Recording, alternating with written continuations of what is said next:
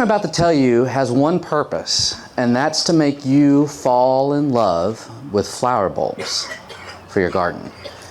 Second part of that story is to help you not be scared of using flower bulbs in your garden, because everybody thinks that they have to take flower bulbs and put them in refrigerators for 12 weeks and then plant them in your garden, say a special little prayer to some random garden god, and hope that they bloom in April.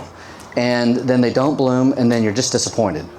And I've got a story like that about my own personal life with a failure of a flower bulb that horticulturally scarred me from a young age, which I've worked hard to overcome in my life. But I'll start with a pop quiz question. What's the number one reason flower bulbs don't bloom? Anybody? Well, I heard all good answers all at once, but I don't think I heard the one answer that I was looking for. Oh, okay, well, I heard a lot of that. Yeah, I heard it. People don't plant them. I mean, I'll give like my biggest and greatest flower bulbs to my family, and about 18 months later, they'll say, "Oh, Chris, the bulbs are in the garage. Is it too late to plant them?" I'm like, "Yes, it's too late to plant them." And that's the number one reason they don't bloom, is because people don't plant them. So although planting too deep also happens, my brother, he's a Delta pilot. He's a really great guy, good big brother. And he wanted to help me before one of his trips, while I was doing one of these events, plant the flower bulbs at the farm. He planted them 2 feet deep. Yeah. I mean, for like 8 years, they tried so hard to come up, and by the time they went up 2 feet, a tiny little sprig of, and then eventually they gave it up. So that's another issue, right? But really, it comes down to the right type of flower bulbs. I mean, one of the things that we talked about last night at the garden party, which was really lovely, was the antique roses are the right roses for this area. When snowpocalypse or snowvid or whatever you want to call it happened, Snowmageddon, that's another good one. Jim Keeter called Mike Shoup and said, "What do I do with my roses?" And Jim said, "You know what to do." Or Mike said to Jim, "You know what to do, just cut them all down, about 18 inches from the ground, and they're all going to come up and be fine." I feel the same thing about flower bulbs that are made for the right climate, a lot of the heirloom historic ones. If you plant the right ones, you really don't have to do a whole lot. They just come back for you. And we're going to go through a bunch of those flower bulbs. I don't know, I'm going to try to wait for the sun to get a little blocked so I can show you some pretty pictures, but I'm also handing out the book, so we might just be able to go flip through some pages. To start off, to tell you a little bit about my background, the first experience I had with flower bulbs was actually in California. I was born in Louisiana, lived in Houston. If anybody lived in Houston in the 80s, you realized you had to figure out a way to make a living or move. And so we moved to Bakersfield in 1987. And it was a fall like this in a garden center where they had a brand new display. We gardened a lot as a family. And Maddie, if you're willing, I think this side could use a book, just every other row, and we'll pass them around. Thank you so much. I just met you 5 minutes ago, and you're a big help. We gardened a lot, but this time in this particular fall day in the garden center, it was a whole brand new display of cardboard boxes with pretty flowers on the sides of those boxes, but on the inside of those boxes were little brown things that looked like rocks. I had no idea that there was some correlation I assumed there was a correlation between the rock and the flower. So I spent about $12. Begged my parents to let me spend their $12, and I put those rocks in the ground, and I forgot about them, and I'm about 12. Well, the next spring, when I'm about 13 now, I'll never forget the day we had our doors open. It was one of those transition days, and you can actually open your doors occasionally, and where I had planted those little brown rocks, beautiful red tulips had come up overnight. Magical, beautiful, stunning red tulips from a little brown rock. And right then and there, I fell in love with the magic of flower bulbs. And that is why we have this fascination with flower bulbs. Because every year, this big sense of renewal wells up, and then these vibrant colors pop out, seemingly out of nowhere. And you're like, wow, that's why I love flower bulbs. They're like old friends who pop back in your life. Now, that was a tulip. And about 3 days later, the blooms all fell off. Look forward to next year. Some foliage came up, no blooms. Next year, nothing came up. I dug down and I found the rotted remains of what used to have been my flower bulb. And that's that moment where I was horticulturally scarred from the young age. Now, fast forward all the way to Texas A&M, where I'm a horticulture major now. And I wanted to start a business. Well, one of the classes required us to start a business. And they said, focus on answering a need in the industry and something you're passionate about. I said, I want flower bulbs that will come back in warm climates. And my professor, Dr. Bill Welch, who co-authored this book with me, said, you know what? You need to focus on those old heirloom perennial flower bulbs you find in old homes and gardens and stuff. And so he sent me out looking all across the southeast in Texas, talking to old homeowners, so many of whom he knew and he put me in contact with. And thus began a journey in 2003, 20 years ago, of collecting heirloom flower bulbs from old home sites. And what was really amazing and special about it was that December and January, I saw heirloom flower bulbs blooming at old home sites. And as I kept this passion going into 2004, in February and March, there were different flower bulbs that were blooming with reckless abandon on these old sites, 150 years. April, May, June, there were flower bulbs blooming. July, August, all of a sudden I realized every single week of the year, there was a flower bulb blooming that was an heirloom flower bulb. And I thought, you could have year-round color with perennial flower bulbs that you never have to put in the refrigerator, you never have to chill, you never have to divide. So thus I began collecting flower bulbs and started the Southern Bulb Company in officially the fall of 2004. What was crazy is, I had moved here from California to go to school at Texas A&M. I was in the Corps Cadets, and so my nickname there was Flower. Took a lot of floral design classes. And then moved up to northeast Texas, where I didn't know a soul, but they had sandy loam soil and natural rainfall, and started farming bulbs. And they started to call me the Bulb Boy. And if you want to go ahead and turn to page 5 in a book that's near you, you can see what happened. I moved up there and met a sweet potato farmer who let me live in his little red cabin in the middle of the woods. On page 5, you'll see a little red cabin. And that's how fanatical I was about doing this. I had no money. I lived in this little red cabin, which he let me stay in for free. Happened that he was an Aggie, which helped. And I was just driving around, collecting flower bulbs, and then farming them on a piece of land around the road, just around the corner. And that 500 square foot cabin is where I lived almost 10 years. I actually convinced somebody to marry me and live there for almost 3 years in this Unabomber cabin here. So thus began the Southern Bulb Company. Let's see what happened here. We're having technical difficulties today. That's okay. Oh, you know what? Water dripped on it. It's raining in here. It is raining on here. I'll just keep talking. I'm pretty good at that. So, why is the mouse pad not working? Ta-da! We're getting there. I'm having to use old school tab. Nope. Tab. Nope. Tab. Y'all having fun? Tab. Next line. Tab. Tab is another tab? Oh, it's just messing with that now.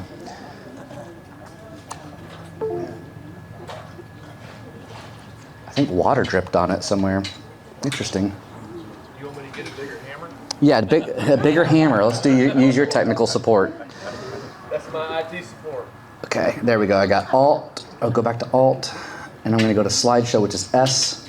I'm going to hit go. Alt again from the beginning, which is F. Do you need my mouse? I've got a mouse. Okay, so it's not the mouse. Yeah, it just seems to be malfunctioning. Alt F. You got water in this keyboard. You put it down. Yeah, that's what I'm worrying about. Let's see here. I move it over here. Ask if anybody's got a hair dryer. Yeah, we need a hair dryer. Does anybody have a hair dryer? I've got a lot of hot air. Yeah, a lot of that will work too. Alt, slideshow, S, and then B. There we go. All right, man, that was old school. I had to dig deep for my old Alt tab stuff. All right, so I moved to a little town of Golden, started collecting flower bulbs. They have a sweet potato festival there every year. And typically, I don't know if you can see this, but this is me talking to an elderly person, and this is what I ended up doing. I knocked on a lot of doors in 2004. I think it was a good time in society to do that, right? I wasn't getting shot or yelled or, whatever. And typically, the people were very willing to share their flower bulbs if I listened to their stories about where they came from originally. And that would be, you know, a 30 or 45-minute conversation or an hour, which is fine. But, you know, for example, there's tiger lilies right here. And she's from Rusk, Texas, which is south of Tyler, in East Texas. And she was telling me how her grandmother brought them down 2 generations ago from Missouri. And so it's a lot of these stories that I was collecting. And then that's that little red cabin where I moved into. Then went to New York for a big party because they had me as a top 50 tastemaker. It's a long story, and that's when they started calling me the bulb hunter. Because the New York Times sent a reporter down to Texas looking for flower bulbs with me. So that's how the bulb hunter name got stuck. But let's just start talking about flower bulbs, and let's start talking about the fall right now. If you took the book and you looked at the back cover, at the very top of that back cover, you're looking at red spider lilies, Lycoris radiata, and that's what we just went through right now. What my goal here, like again, is to get you all excited about planting flower bulbs, right? And red spider lilies is the quintessential heirloom southern flower bulb you're going to see in all these old gardens and home sites. Lycoris radiata, and if you turn to page 167, you can see where Dr. Welch has written about it in his primer. Red spider lilies, also called Lycoris radiata, they bloom on these naked stalks in the fall. I think what's really cool about flower bulbs, again, let's just take the whole idea of a tulip right now and throw it out the window in a way, right? I mean, there's this red tulip I had as a kid. I mean, in my heart, all I really wanted was another perennial red tulip that would just come back every year. So in some ways, the Southern Bulb Company is a search for a perennial red tulip for warmer climates. And along the way come all these other flower bulbs, right? So, and one of those prominent is red spider lily. Now, this is probably my number one bulb. I probably grow 400 to 500,000 of this on my farm, believe it or not, up in Northeast Texas. We farm about 40 acres up there. And we love it because it blooms on these naked stalks and it tells us the summer heat is almost over. Now, you're lucky. How many of y'all are from Houston or this area right here? I assume a majority of you. Okay. There's a yellow selection, Lycoris aurea, hurricane lily. We call it a hurricane lily. I mean, people call hurricane lilies a lot of different things, but what happens is in Houston, a hurricane will come through. Terrible devastation. It's usually a sad event. And then about 3 weeks later, all these yellow and red Lycoris start blooming. And it's a really neat event because there's that renewal and hope that life continues on and these bulbs are going to keep blooming for you. I'm trying to think if I've got a picture of the yellow one in here because I really want y'all to be able to see it. It's a spectacular flower bulb. On these all fall bloomers. No, I don't think I have it right now. Nope.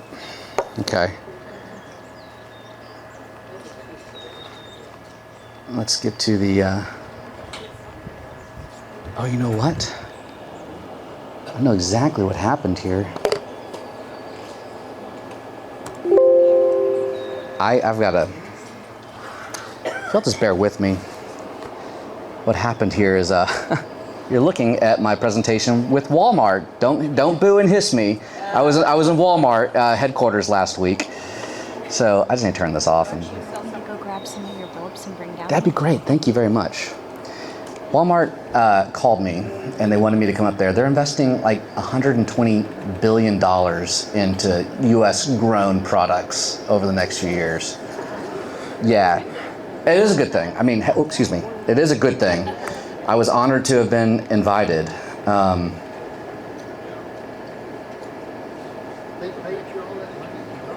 They paid me $125 billion to come talk to them. I know.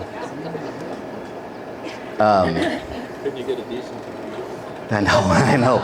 He was working last night. I don't know what to say. He said, couldn't I buy a decent computer with all that money? Oh, thank you. Right here would be great. Yep. We're gonna treat it like show and tell or like a sports event. I might just start throwing them at people. Ah, Yeah, that'd be fun. I know. Yeah, a bulb cannon. All right, let's keep going about fall bloomers while my computer resets. There we go. 4224. Let's see if that all works. Okay, so nobody knows about the, oh, you know, and I'm getting recorded, right? So nobody knows about the Walmart stuff. Let's see. Can you edit that out for me, please? Thank you very much.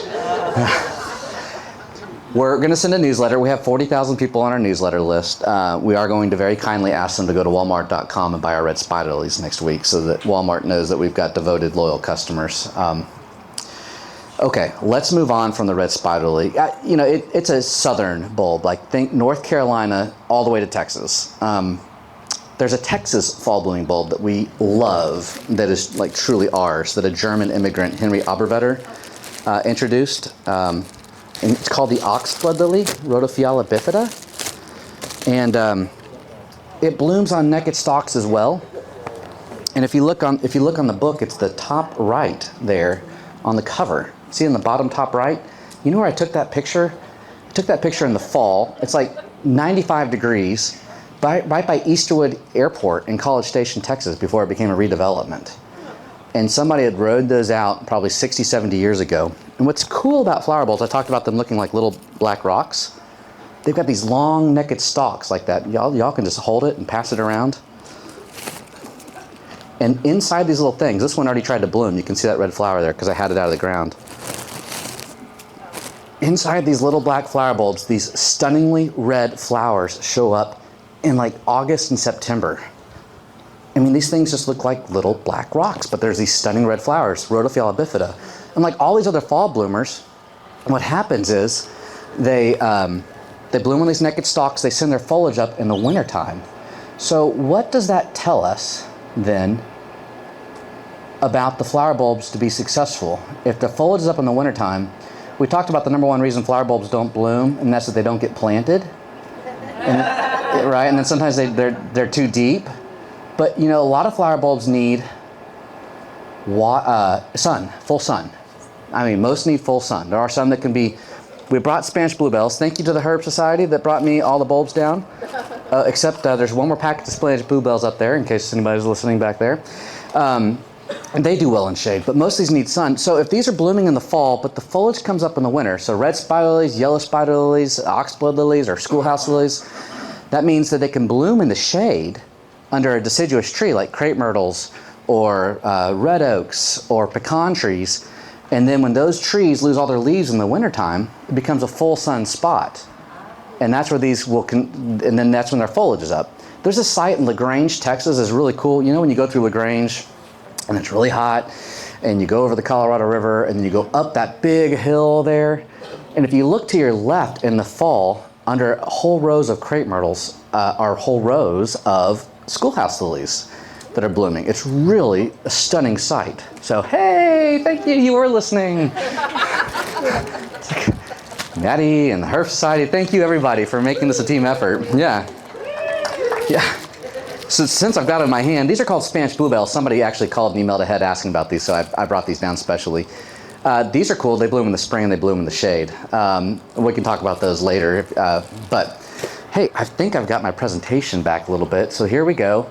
Okay, let's just talk about all these fall bloomers real quick and all the bulbs that we see.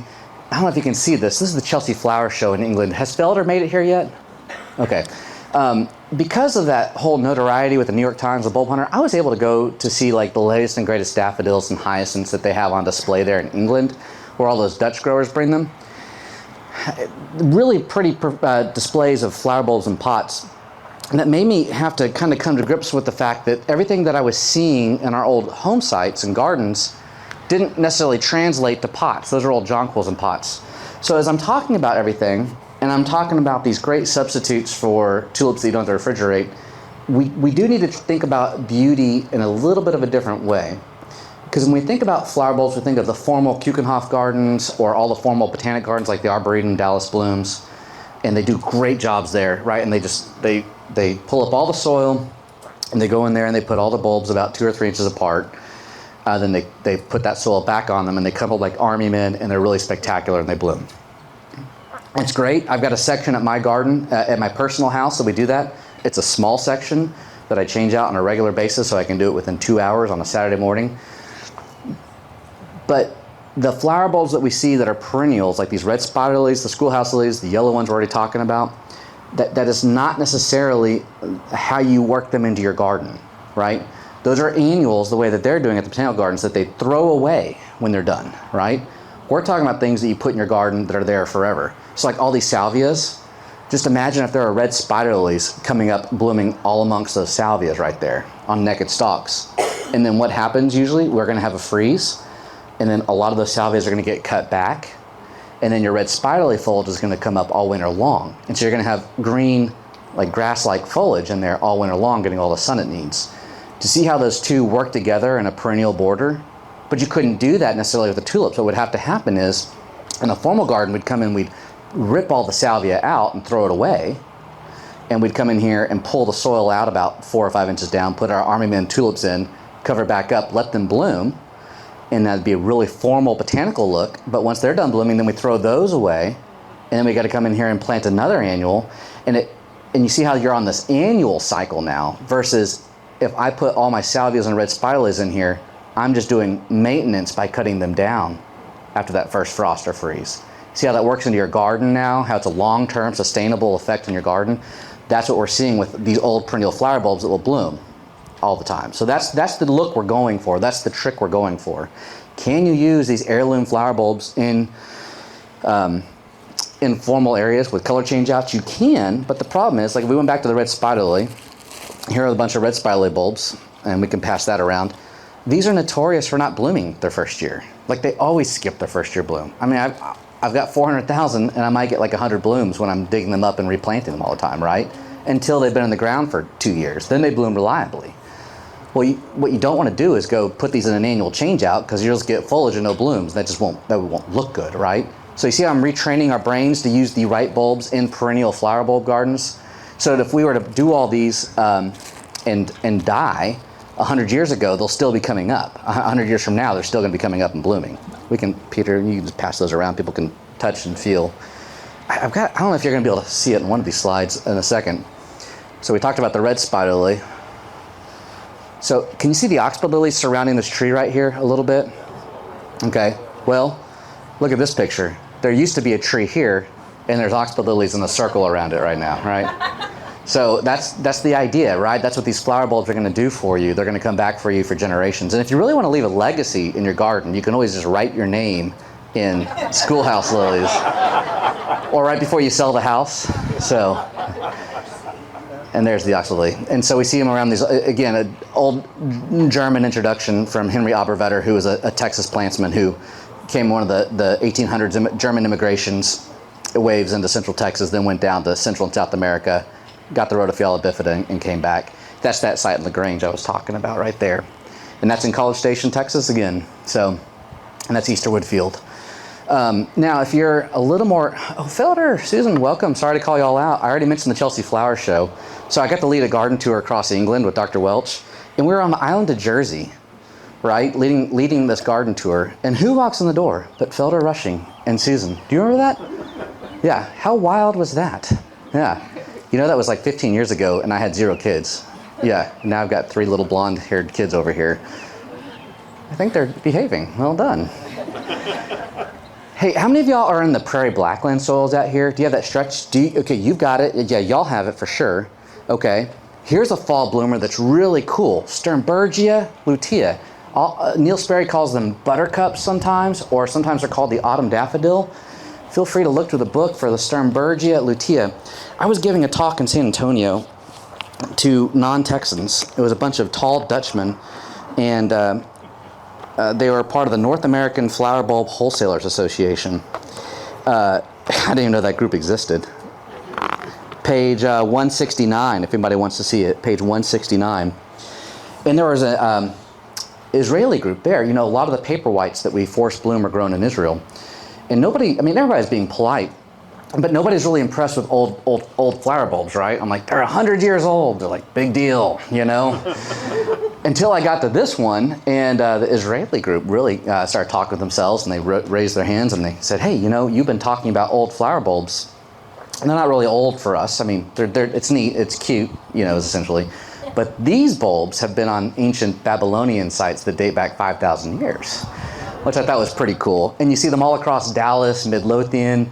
You'll see them all the way down to like north of Austin in that prairie blackland stretch. But they'll do well here. You see them in Weatherford, Trans-Pecos areas as well. Sternbergia lutea. If you haven't noticed, I have a fascination with the fall blooming bulbs. I guess because I'm so tired of the summer, you know, by the time August comes, and all of a sudden these flower bulbs are blooming in the fall, and you're like, wow, seasons are changing. And then they remind me to plant all the other flower bulbs as well that will bloom in the spring. I'm gonna skip that one. There's that yellow one. You know, this is actually my first yellow Lycoris aurea. I got in Houston, an old neighborhood. And I'll never forget because I walked up on this porch past a Buddha on a traffic cone on a mattress, and I knocked on that front door. And it's like 10 a.m. and like a college kid opened the door, and I'd obviously woken him up. And he said, dude, what do you want? And I said, well, this flower bulb is really special. He's like, you can have whatever you want, and just shut the door. So I got my first yellow Lycoris right there. I love it. Just let me go back to bed. Yeah, just let me go back to bed. Lycoris aurea, and that's it. And Magnolia, where we're growing it. There's an entrepreneur inside all of us. I was selling them for cut flowers for $1 too. Once we had a lot of them. The last fall bloomer I want to mention is ginger. Ginger's a really neat fall blooming bulb. I know ginger can kind of spill over, but if you give it plenty of sun, it'll stay upright. I think I like it Hedychium coronarium because the fragrance is so good. I wonder, is there some around the gardens here, Mike? Some ginger or Jim? Yeah, I don't know. We'll look for it. I mean, if not, we'll get you some. I saw some on the table last night, actually, where they were serving cocktails. I thought about stealing it and planting it. I didn't. Love ginger. So before you call me a liar and you say, well, Chris, you said there's a flower bulb blooming every single week of the year. What about like November and December? Well, we have tube roses blooming for us right now, which is a bulb, but it's not like this mass display. I will say what gets me through late November and December are paper whites. And I feel like paper whites are sort of a cheap party trick, you know, like if you ever watch those chiropractor videos on like YouTube and all of a sudden they crack 500 bones at once and the person's like, I'm healed. This is the horticulture version of that. And paper whites aren't exclusive to me as the Southern Bulb Company. Like, this is widely known. I just if you're not used to paper whites, let me just tell you, you plant them and they bloom 6 weeks later. It's so cool. What we're doing right now is we're taking every clay terracotta pot we have, we're planting the paper whites. I'm probably gonna have about 50 of them. By the time I get through Thanksgiving, Christmas, and New Year's, they've all been given away as gifts, right? And I put them in full sun right now, and they are beautiful. And they bloom reliably, and we'll put violas in there with them in the pots. And it's like the perfect combination to make your garden look like you're a professional. In fact, where I mentioned I do that tiny little annual area of flower bulb changeouts, that small area, I actually do. I do paper whites right now with violas. Once they're done blooming, usually around December and New Year's, I will go in there and I do, again, don't burn me at the stake. I do pull some Dutch tulips out of my refrigerating coolers, and I plant them for a forced bloom that will bloom around early March for me. And that's the only area I do this color change out. Why? Because it's, it's a 1943 kind of formalish home with brick and everything, and from the curb that really looks amazing. So that's where I do my annuals. And paper whites are a big part of that. We lost a 120-year-old oak tree in our backyard during the snowpocalypse, and so I just put a bunch of paper whites there to all force bloom this area quickly, so that I had something for Thanksgiving. That's my oldest when she was little. There's paper whites blooming right there. I don't know if you can see, that's Thanksgiving with just paper whites, just an outdoor table. But before you think I've lost my moorings and I've gone to annual flower bulbs, paper whites actually do show up in a lot of the old home sites around here starting in December. And this is a picture in Palestine. So paper whites will come back every year. They just don't always have the big oomph that we would get from forcing them every year. That's a variety, typically a variety called Grand Primo, isn't it? Well, Grand Primo is a cousin to the paper white, but that Grand Primo blooms in February and March. And I'll show you a picture of the Grand Primo. So Peter, I'm glad you mentioned that, because it's probably the #1 flower bulb all newbies need to plant because it's so reliable. Well, and really something to note while we're talking about it. I mean, how many of you like the smell of paper whites? Okay. How many of you don't like the smell of paper whites? Okay, it's usually split 50-50. Well, there are other narcissus that have a little more yellow in the cup that are a little more fragrant, and those we start seeing around January blooming, like Italicus. Like if you were to drive around, well, in fact, go to Dr. Welch's and Lucille's place, which is just down the road on the left around January 15th. Don't dig. I didn't tell you to dig. But he's got Italicus supplied by the Southern Bulb Company at his front gates there, and they really look amazing in January, right here. It's a great January bloomer, Narcissus Italicus. It's like the paper white, but it's not. It's got yellow in the cup. So be on the lookout for Narcissus Italicus.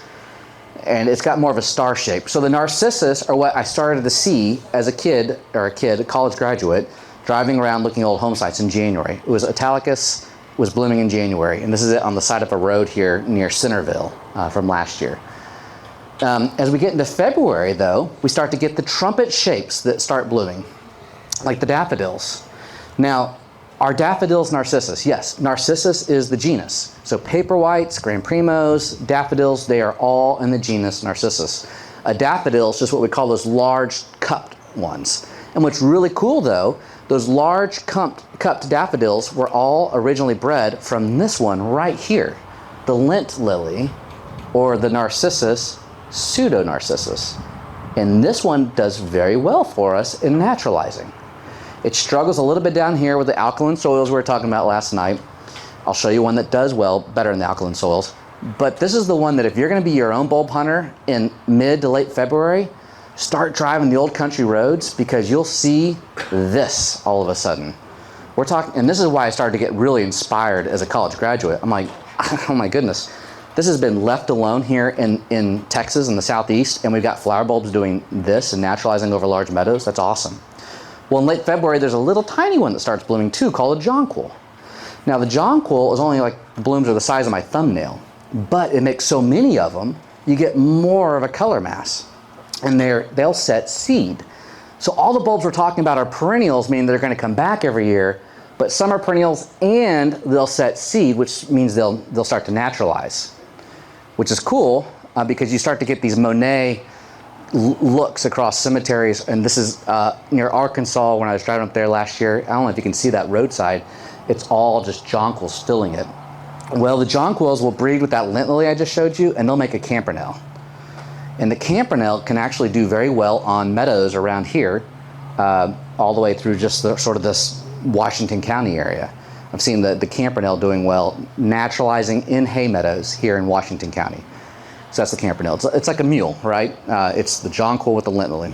But now we're talking about late February moving into March, and that's when we get the Grand Primo that you were just talking about.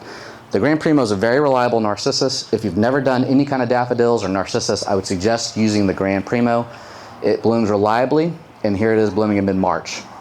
Now we can start to get into true March, and that's when we get a lot of the daffodils that we think about when we hear about daffodils in magazines, or we buy these modern daffodils at Lowe's, Home Depot, or wherever.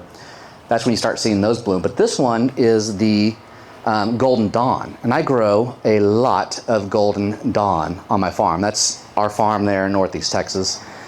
And going back to my brother, who's the pilot who planted the bulbs 2 feet deep, he likes to know when the Golden Dawn are blooming, because I don't know if y'all missed that story. He helped me out one time, But when the Golden Dawn are blooming, the bass are usually spawning in Northeast Texas, so that's why he wants to know about that. But let's keep going through tough bulbs that have survived tough times. You know, if you go down to Galveston after some of those hurricanes, all the trees were destroyed. But if you go to these houses, literally that next spring, the snowflakes were all coming up in mid-March. And if you need a bulb that can withstand a little more shade as well, the snowflakes are the right flower bulb. Leucojum aestivum. It's the toughest. It's one of the toughest bulbs that's not that Grand Primo. From Galveston all the way up to like northern Texas, northern Louisiana, the snowflakes are going to do very well. Yeah, snowflakes.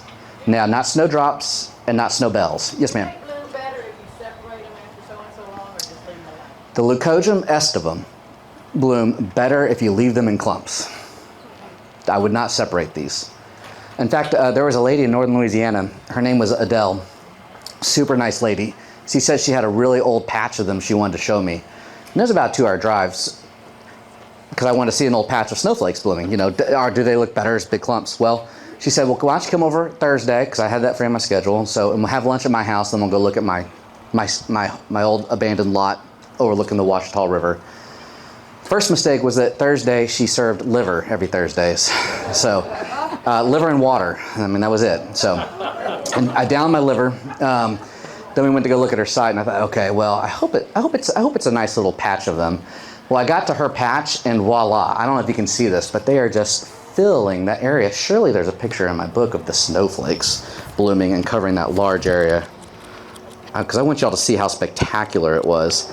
And these had never been dug, never been divided, never been chilled, and yet snowflakes were just filling the area. If anybody finds the page, we paid a professional person to index this, so maybe they'll, it's under Leucojum estivum. What's that? 170. 170. 170. 170. Oh, well, we're getting, well, when somebody, that was close. Oh, well, it's in the book. It's on your website. It's on the web. Go to the website. Sign up for the newsletter. Okay. Are y'all seeing how we're getting through the year right now? How about this? How about this one? The Muscari neglectum. Yeah, you do truly neglect them. Grape hyacinths. If you are driving around like Waco, Belton, or this area even, in mid-March, you start to see carpets of these blues, and you're like, it's too early for the blue bonnets. What am I looking at? And you're like, aha, it's a flower bulb called the little grape hyacinths. They're really cool. I'm on my hands and knees, like laying on my stomach, taking that picture. Snowbells will carpet areas around mid-March. Also mid-March, the old cemetery white iris start to bloom. I only grow the white cemetery iris because it's the most reliable. In fact, one of those tall Dutchmen came to that little red cabin I showed y'all earlier. He was traveling around Texas looking, he travels the world looking for flower bulbs. And we swapped pictures of flower bulbs, and he said, oh, I've seen this one in Lebanon. I said, that's really cool. I said, we call it the cemetery white iris around here. I said, what do they call it in Lebanon? He said, they call it the cemetery white iris. So, because they have it in old cemeteries too. It loves to get dry, bone dry in the summertime, and then just pops back and blooms in the spring.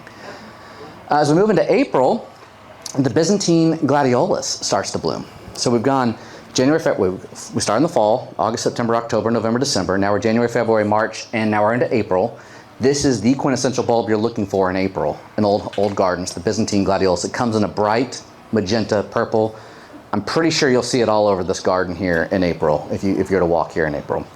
What we love about it is because it's not what we think about when we think about those other glads. What do we think about with the other glads? Oh, they flop over. Oh, they're used in funeral arrangements. Oh, they make lots of little seedlings that never turn into blooming sized flower bulbs. Okay, well, throw that out of your mind. Think, here is a bright, beautiful magenta purple that stands upright and blooms every April and is shockingly beautiful to have in your garden. And around here, April, the roses are already starting to bloom, so it's a good combination with the roses as well. I don't know if you can see this image. There's actually, we joked about that mattress and the traffic cone earlier. There's actually a bed frame here and a tire planter here.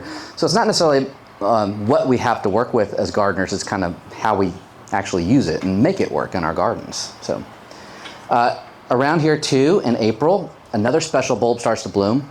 It's an amaryllis that's a perennial forest, Hippeastrum johnsonii. You can see it in the root flares of the tree right there. That's a patch of 75 amaryllis bulbs that are blooming that have never been dug, divided, or chilled. Named Johnson's amaryllis because it was an English watchmaker by the name of Johnson who did it. Now that's in April, and then we move into May. And when we think about the transition from April to May in Texas gardens, that's when we really go from, okay, it was winter, April, it started to get warmer and weeds started to explode. Now it's May, it's getting really, really hot. It's a whole new time in my life. So let's start thinking about all sorts of different bulbs. Let's think about lilies, rain lilies, regular lilies, crinum lilies. Let's stop thinking about these old world flower bulbs that you plant in the fall that bloom in the spring. Let's think about new world flower bulbs that might be bulbs that work more on a wet-dry cycle versus a hot-cold cycle. And lilies are definitely one of those.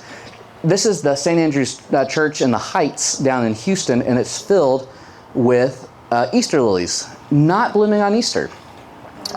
Once Easter lilies are in the ground and they get on a regular cycle, they generally bloom around middle of May. So here's a trick I learned at A&M, probably one of the most valuable lessons. Dr. Kottner came to class. He did vegetables and marketing, and he said, what does a pumpkin cost at the store on like October 15th? I'm like, I don't know, $5. What does a pumpkin cost at the store on November 1st? He said $1, right? Because the market's already come and go. Well, that's true for Easter lilies too, and this is something I'm encouraging y'all to just go scavenge, I guess, and not buy bulbs. I don't know why. I'm putting myself out of business. But go to all the big box stores after Easter, and the Easter lilies are done blooming, and they just start throwing them away on discount. Well, those will come back every year in your gardens and around Mother's Day in May every year. So you can get them for pennies on the dollar, get every single one you can and put them in your ground, and Easter lilies will do really great for you. Now, if you have pocket gophers, the pocket gophers will eat all your lilies, just so you know. So if you have big mounds of dirt coming up, they're all gonna get eaten. Oh, I had water drip on it again. Interesting. Huh. That's never, it's a first for me. When the wind blew, it kind of. Is that what happened? There was a whole, No, it's just there's it's condensation on the side. When the wind blows, it comes. It's on the roof. yeah, that's okay. I'm gonna wing it for the rest of this, and we're gonna wrap it up. We talked about Easter lilies. Then there's orange tiger lilies that bloom like in really sandy loam soils. I mean, not sandy loam soils, good organically rich soils. But then there's another lily that blooms in these kind of dry, rocky soils. It does really well around here, called Philippine lilies. Lilium formosanum, also called Formosa lilies. And these are all true lilies, right? So again, we've got the whole florist idea of beauty with like Oriental or Asiatic lilies that you see in arrangements. Let's not think about those. Let's think about garden lilies. You've got, like we said, the Easter lily, the traditional Easter lily that will come up in May. You've got the tiger lilies, which are those orange with like black dots, and then the Philippine lilies. Those are really cool. If you haven't grown Philippine lilies, you got to put them in your garden. These things, there's a dwarf selection that comes up to my chin. There's a non-dwarf selection that's taller than me. And they bloom in late summer. And what's really cool, it's pretty hot. They'll start swaying around like summer evening ghosts in your garden blooming. And then when they're done blooming, at this time of year, those trumpet-shaped blooms dry up, they go straight up and they turn brown, and they have these long seed pods that have formed, and almost like the end of the abdomen of like a grasshopper, they kind of pop open, and seeds will start to float around in these late fall winds. And what you can do is you can kind of cut them down low, and you just go around like a priest blessing your garden. And the whole air becomes filled with little brown seed pods, landing where they want to land. And if you treat them right and just scratch them a little bit, they'll turn into a blooming sized bulb within 1 year. You know, one of the urban settings I've seen these used the best was when I had to go to MD Anderson Cancer Center to visit somebody. And they've got those skywalks that go across the road, and down below the skywalks, the horticulturists had planted Philippine lilies, and they were all blooming in July, the summer heat in Houston, just tons of these beautiful lilies. And I thought, there's an heirloom being used in a really great way. I think all of y'all should have Philippine lilies to bring a lot of fun to your gardens in the late summertime. Those brown seed pods, once you're done kind of blessing your garden, they make great center arrangements. Put them in with like all the salvias, and you have these like dried seed pods coming out. It's really a neat centerpiece. And then when you're done with them, you can take in the other centerpiece that I already talked about, which are those paper white pots, right? So you can take your outside garden and put it inside all November and December. Take all the regular lilies out. Let's talk about rain lilies too. Rain lilies are another type of bulb that's a small little flower, like about this tall, and it blooms after it rains in the summer. There's rain lilies that bloom from April, May, June, July, August, September, and there's still rain lilies blooming right now. They come in whites, pinks, yellows.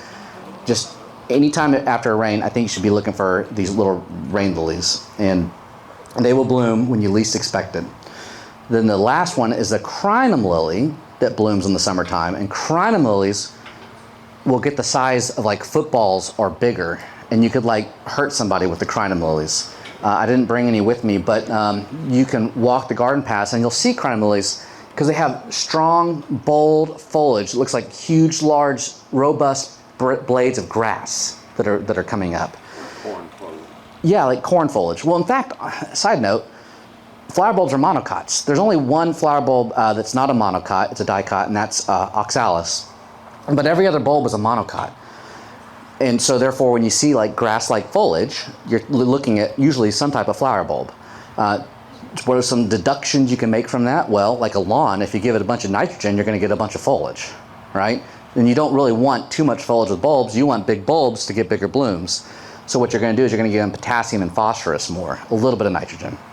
What's another deduction from a landscape design standpoint? Anytime you have a monocot, the second you put it with a dicot, like the salvia, it looks good. It's like take any kind of dicot and put it with a monocot, and that juxtaposition just looks cool, right? I don't care what you do with the colors. I don't care what you do with the anything else. If you put those two together, it gives it a depth to your garden, right? So I can be corrected. See, there's some monocots. See those are Hymenacalis tropical giants blooming right over there. See the foliage of those huge fountain-like green. Yeah, mine are chest high. Chest high, yeah. And you can cut and divide. There's probably 100 bulbs in each of those clumps, if not 200 bulbs. That is a white spidery-looking bloom that blooms in the middle of summer from a flower bulb. Hymenacalis tropical giant. And when it's not blooming, look how it's been used to just sort of frame that little garden and anchor it on both sides. It's a great use of a Hymenacalis tropical giant. If you don't want to say Hymenacalis tropical giant every time, just call it a white spider lily that blooms in the summer. You can see them along the Riverwalk in San Antonio. They're great for urban settings. There's a native that blooms in mid-April, and it's called Hymenacalis lariosmi. And what happens, first of all, a lot of these bulbs are adapted, not natives. There is a true native that, and natives like to have their own situations. And that native likes to be in standing water in spring and bone dry during the summertime. But it also has these white spidery blooms that are really, really neat that bloom in swampy areas.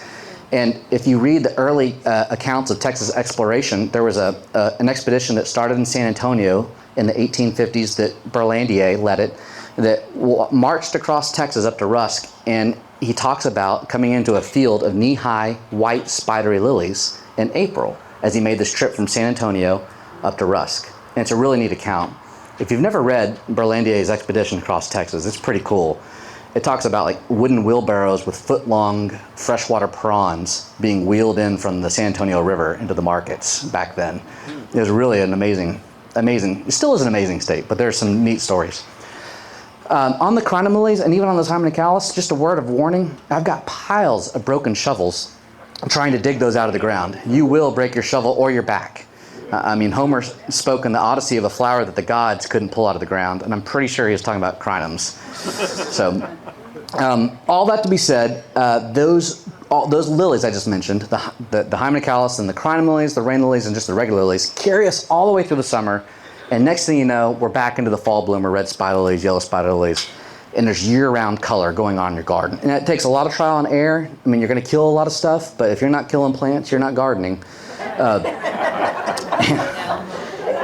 And I joke, and I can do this with, you can quote me on that for sure.